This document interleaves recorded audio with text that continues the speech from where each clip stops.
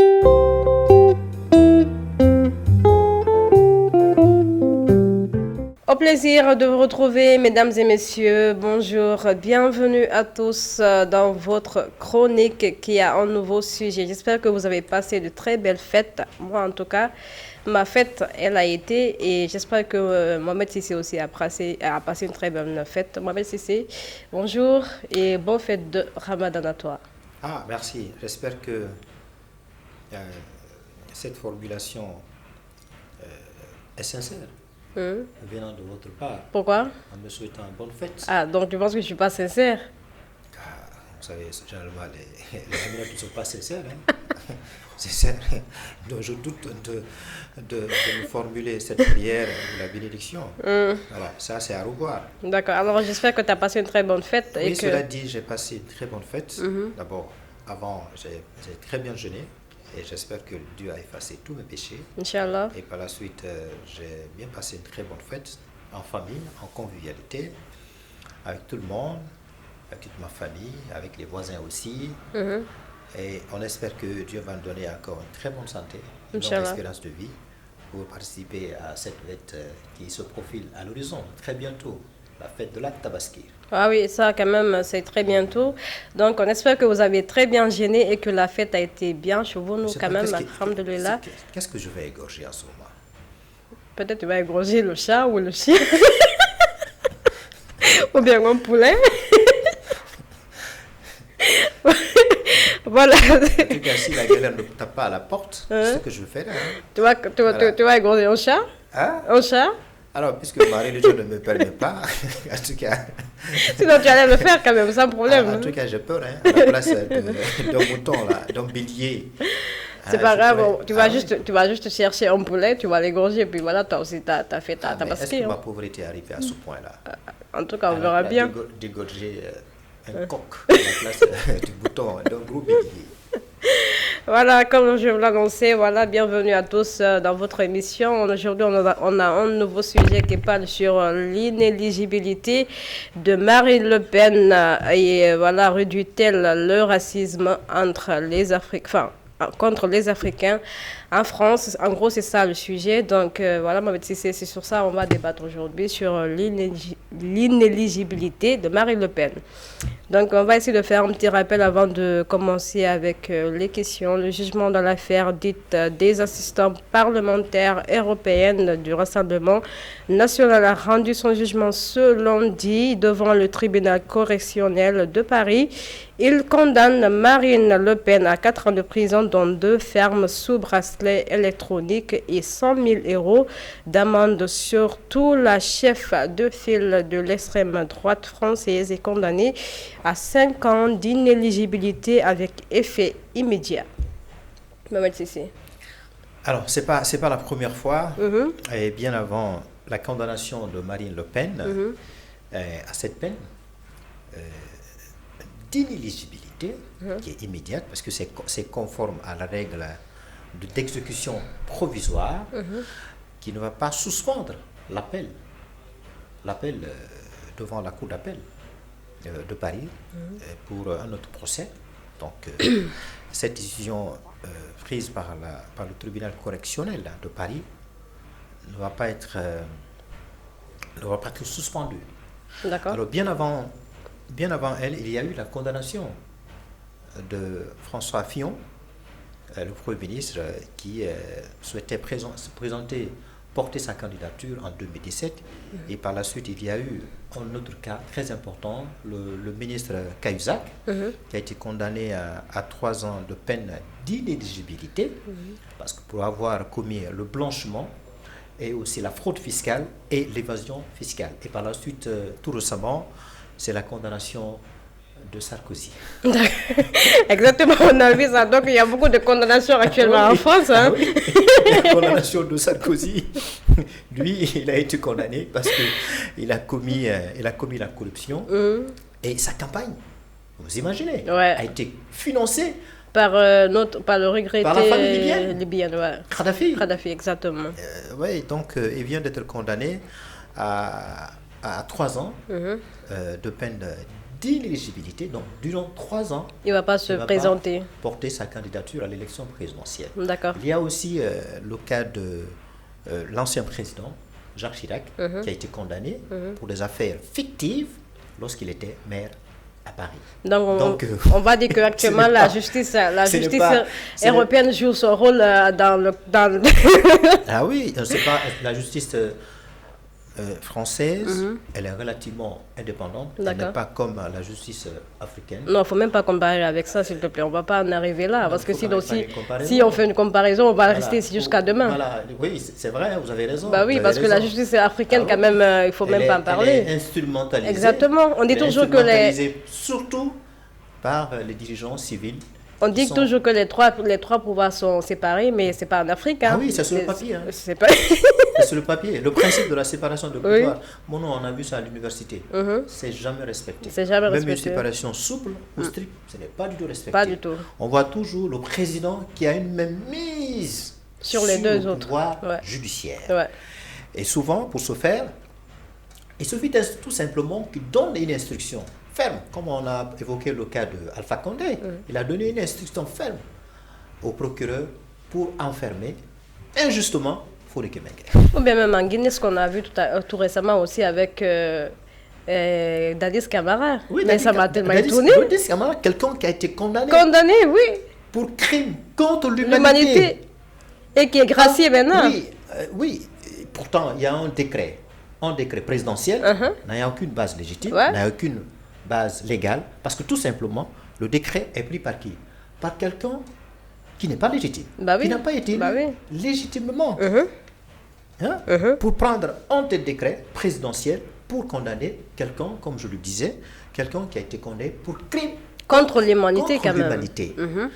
Et là, ça c'est vraiment une entorse au droit de la défense, c'est une entorse aux intérêts des victimes. De toute façon, on va en parler après, peut-être demain, sur ce sujet-là, parce que c'est très important, qui fait d'actualité. Oui, puisque la télévision, c'est le temps. C'est le temps, exactement. Donc, on va commencer avec les questions. Est-ce que vous pouvez nous rappeler les faits qui sont reprochés à Marie Le Pen? Alors, rapidement, c'était en 2015, si je ne m'abuse, Marie Le Pen était députée européenne, donc elle a décidé, mais ce n'est pas sur la base de quoi? De recruter les assistants parlementaires. Et la plupart étaient issus de son parti, le Front National, avant la dénomination du Rassemblement RN, Rassemblement National. Alors, donc c'était des employés fictifs qui ne sont pas reconnus par l'institution européenne, par l'Assemblée européenne. Et ces gens-là percevaient combien, vous imaginez? Non. 4,1 millions d'euros. Ah oui. D'accord. Vous travaillez pour Tamashek, non? Je travaille. Donc, vous avez le droit de percevoir. Vous avez le droit de percevoir. Exactement. Puisque vous êtes vous avez une employée de la télévision. Mais quelqu'un qui n'est pas employé. Qui est fictif. Qui n'existe même pas dans les bases de données. D'accord. Dans le cahier d'enregistrement, dans la masse salariale de l'Union européenne. Et qui a un salaire. Au nom de quel droit ces employés fictifs doivent percevoir un salaire. Un salaire. C'est les députés. Destinés aux députés. C'est étonnant. Ils ont été élus par les 27 pays européens. D'accord. Donc, c'est la raison pour laquelle le juge du tribunal correctionnel, comme vous l'avez très si bien dit, a décidé de condamner Marie Le Pen, responsable très important du RN, Rassemblement National, à 5 ans de peine d'inéligibilité. La conséquence politique, c'est quoi? C'est qu'elle aura peu de chances de se présenter en 2027, de porter sa candidature en 2027. Exactement. L'élection présidentielle en France qui arrive à grands pas. À grands pas, ouais. À grands pas. Alors, elle a retorqué en disant que c'est une atteinte, selon elle, être atteinte à l'état de droit, mais surtout atteinte au droit de défense. D'accord. Parce que tout simplement, n'ayant pas la possibilité de faire un recours, donc ce recours en appel devrait avoir un caractère suspensif. Ça veut dire quoi en d'autres termes? La décision prise par le tribunal doit être suspendue. Cette décision du tribunal, la condamnée à 5 ans d'inéligibilité, doit être suspendue en attendant de terminer son procès en appel. Mais le juge a décidé que cette décision-là va avoir des effets immédiats, conformément à la règle d'exécution provisoire. Et là-dessus, on a entendu Éric Ciotti, le président des Républicains, c'est le parti de Sarkozy, qui va essayer dans les jours à venir de voter, de proposer de déposer à l'Assemblée une proposition de loi pour supprimer cette mesure provisoire. D'accord. cette mesure provisoire ou cette règle à caractère exécution provisoire. Et Marine Le Pen aussi a répliqué en disant aussi c'est une atteinte à la démocratie parce que normalement ce n'est pas le juge, ce n'est pas la décision de justice qui doit empêcher un candidat ou une candidate de porter sa candidature. D'accord. Au contraire, ce sont les Français, notamment les électeurs, qui doivent sanctionner au moment échu, au moment de l'élection présidentielle ou législative, de sanctionner un candidat ou une candidate à travers, bien évidemment, l'urne. D'accord. Donc ce n'est pas ce qui a été fait. D'accord. Alors on va toujours parler de Marine Le Pen. Elle se prononce en ces termes, je cite: « Je crois que l'état de droit a été totalement violé par la décision qui a été rendue. » C'est ce dont je parlais. Êtes-vous d'accord avec ce qu'elle a dit? Alors, je pense qu'elle-même reconnaît qu'elle a commis une infraction. D'accord. En recrutant, contrairement au principe, contrairement à la décision de l'Assemblée européenne, de recruter des gens, recruter des responsables issus de son parti RN, et que ces gens percevaient un salaire très important. J'ai parlé le montant de 4 millions d'euros, sans que cette institution européenne ne soit informée. Donc, elle reconnaît qu'elle a commis une infraction. Elle a commis un délit. Donc, c'est la raison pour laquelle le juge, le tribunal correctionnel de Paris, a sanctionné. Elle-même reconnaît. Mais comme je viens de le dire, elle dit que cette décision, quand même, porte atteinte à la démocratie. Parce que ne laissant pas la possibilité aux électeurs de sanctionner eux-mêmes un candidat ou une candidate à travers l'une. Et ça porte également atteinte au droit, à l'état de droit. Et ça porte également, surtout, atteinte au droit de la défense. Parce qu'en principe, tous les justiciables, comme vous et moi, normalement, quand vous êtes condamné par un tribunal de première instance, vous avez la possibilité, comme on le dit en droit, le double degré de juridiction, vous avez la possibilité, si vous n'êtes pas satisfaite par la première décision, vous avez la possibilité d'ester en justice ou bien de faire un appel devant la cour d'appel. Si vous n'êtes pas satisfait à ce niveau aussi, vous avez la possibilité de faire un pouvoir en cassation et aussi même la possibilité de saisir le Conseil constitutionnel chaque fois que vous estimez que votre droit est lésé. Mais pour le cas de Marine Le Pen, la décision qui a été prise à son encontre, le juge a décidé que cette décision doit avoir un effet immédiat. C'est conformément à la règle d'exécution provisoire. Donc, tout de suite, même si on tenait une élection présidentielle, locale ou législative, Marine Le Pen n'a pas le droit de porter sa candidature. Alors, elle a quand même eu la chance, son appel a été entendu. Donc, l'appel au procès va s'ouvrir en 2026. Alors, si ce procès s'ouvrira en 2026, aura-t-elle la chance alors que les élections c'est en de gagner le procès? Ça va être compliqué de gagner le procès.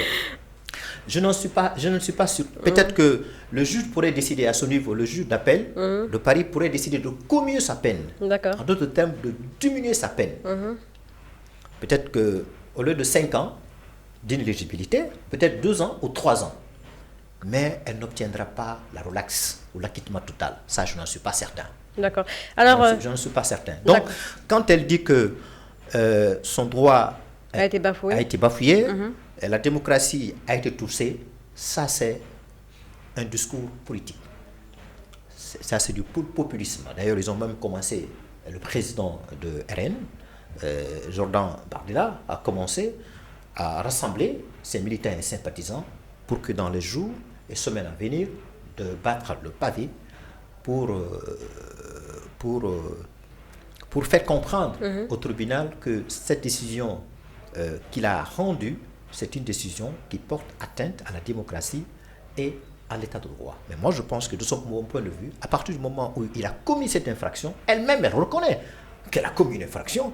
Je pense que tout le commentaire qu'elle fera aura un caractère politique. D'accord. Aura un caractère politique. On continue toujours. Si Marine Le Pen est condamnée définitivement et qu'elle ne pourrait pas se présenter aux élections présidentielles de 2027, pensez-vous qu'elle va faire appel au président Macron qui a le droit de grâce en matière pénale? Alors, droit la grâce présidentielle, comme on a vu notre président de la transition, Doumbouchou, comme vous l'appelez, il a pris une décision, je ne sais pas, au nom ou sur la base de quoi. De quoi, oui. Un président n'étant pas élu, a pris quand même la décision de gracier quelqu'un qui est condamné, qui a été condamné. Crime contre l'humanité quand même. C'est extrêmement grave. Est-ce que s'il serait condamné, je lui dis au conditionnel, le 26, parce que le procès en appel s'ouvrira à cette date-là, je parle de 26 là, 2026, voilà, le procès s'ouvrira à cette date-là. Si elle serait condamnée en appel, définitivement, est-ce que Macron, le président de la France, aura le pouvoir de prendre un décret pour la gracier? Je ne suis pas certain. Je lui dis, pourquoi Fillon n'a pas été gracié? Pourquoi le ministre Cahuzac, qui a été condamné pour la fraude fiscale et l'évasion fiscale et le blanchiment, pourquoi n'a-t-elle pas bénéficié de la largesse du président d'alors? Et Sarkozy, qui vient d'être condamné à 3 ans, pourquoi n'a-t-elle pas bénéficié de la gentillesse, pour m'exprimer ainsi, du président actuel?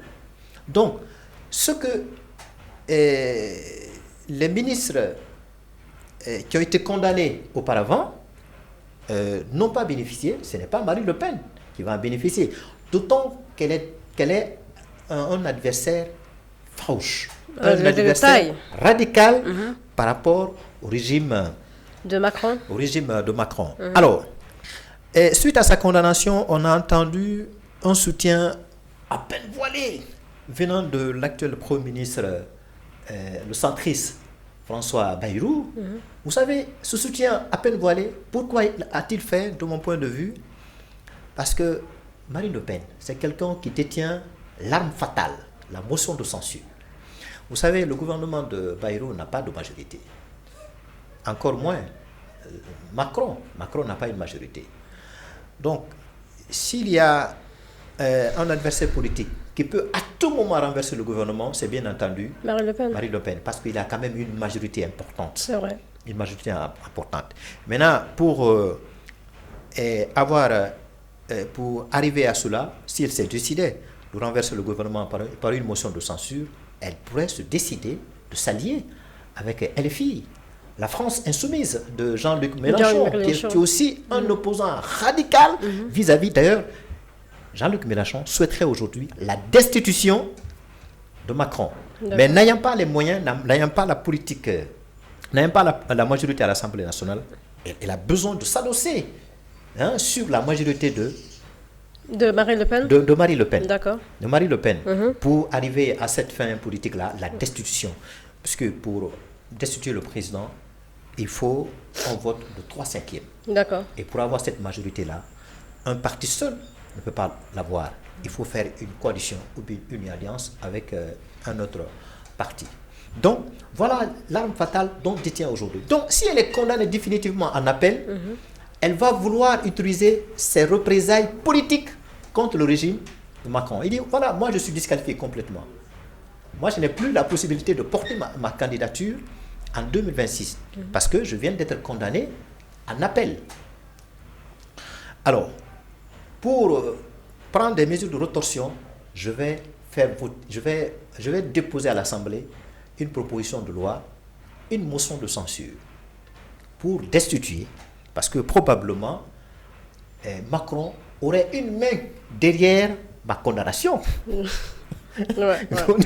Derrière Macron, même si on a entendu en Conseil des ministres, Macron a dit, il n'a pas, s'est pas prononcé sur la condamnation de Marine Le Pen, il a tout simplement dit, c'était en Conseil des ministres, à travers, je crois, la dame qui est la porte-parole du gouvernement, que le président a dit que cette décision qui vient d'être prise par le tribunal correctionnel, c'est un respect à l'indépendance de la justice.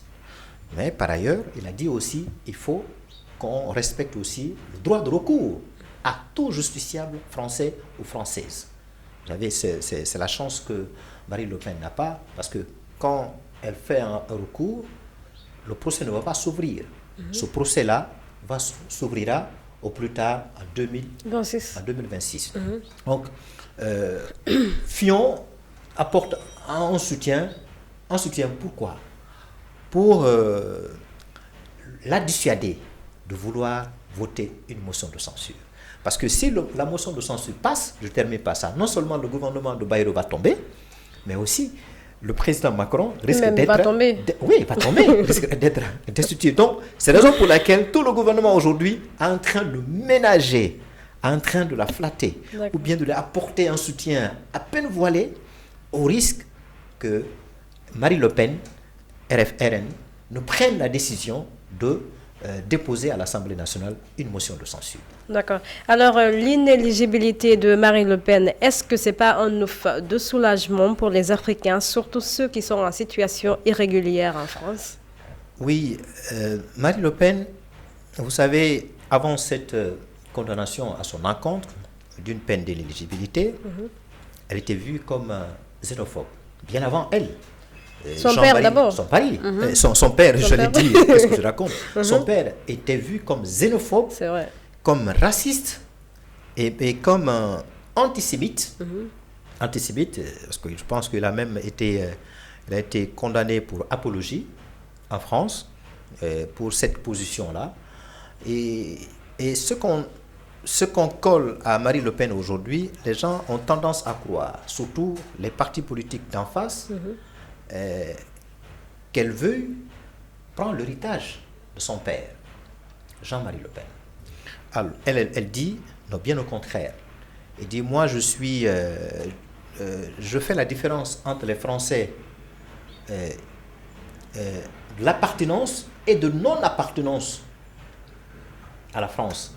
Mais peu importe, cette position, elle est vue comme une position raciste, comme une position xénophobe, puisque à un moment donné, elle avait décidé de faire déposer une proposition de loi à l'Assemblée pour supprimer le droit du sol.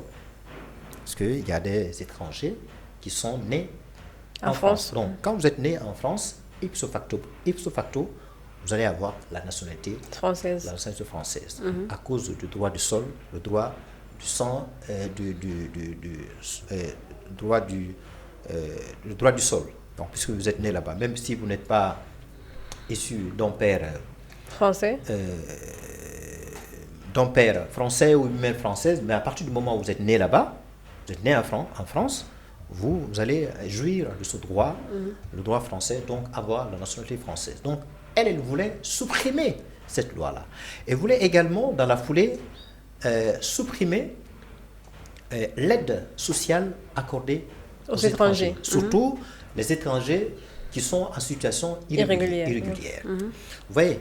Donc, je pense que si elle serait condamnée définitivement en appel, les Français d'origine étrangère ou bien les Africains qui sont en situation irrégulière vont se frotter les mains.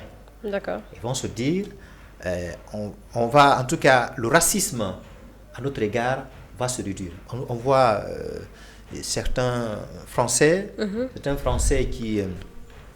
qui manifestement expriment le racisme à l'égard des étrangers vivant en France. Il y a certains, même pour cette raison, ils se déplacent, ils quittent les maisons des unes des autres pour éviter d'être taxés d'étrangers, ou d'être taxés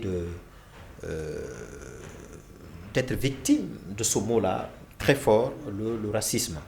Donc, si elle serait condamnée, encore une fois, en appel, définitivement, donc ces gens-là, ces Africains-là qui vivent en France, seraient à l'abri de cette politique du racisme, souvent exprimée par Marine Le Pen et tout son parti.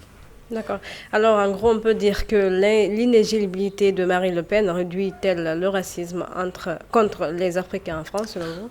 Oui, ça va. Ah oui, si elle serait condamnée, parce que... Mais si elle est condamnée, il y aura l'autre qui va prendre sa place, non? Donc lui aussi, nous savons qu'il il est contre... Oui, ça c'est une très bonne question. Donc si elle est condamnée, parce qu'il y a deux éléments qu'on peut tirer de ça. Donc si elle est condamnée définitivement, est-ce que les Africains seront à l'abri du racisme, de la xénophobie, du rejet, de la marginalisation? Oui, possiblement ça va être réduit parce qu'en France, le seul parti aujourd'hui, même s'il y en a d'autres, France Insoumise, LFI, Éric Zemmour voilà, aussi. c'est pas expressif. Voilà. Éric Zemmour également, c'est aussi un autre acteur politique sur la scène politique française qui exprime un rejet, un mépris à l'égard des étrangers. Mais s'il y a un parti qui est vu comme un parti radical en termes de racisme vis-à-vis des étrangers, c'est RN. D'accord. RN aujourd'hui. Donc, si elle est condamnée définitivement, je pense que les Africains, j'allais dire, vont se frotter les mains, ils vont quand même avoir un ouf de soulagement. Alors, si un autre aspect très important, si elle est condamnée définitivement en procès, en appel, et ça, j'en suis persuadé, le juge va certainement réduire, mais la relaxer ou bien l'acquitter, j'en suis pas certain. Alors, qu'est-ce qui va se poser? Qui est-ce qui va conduire le parti?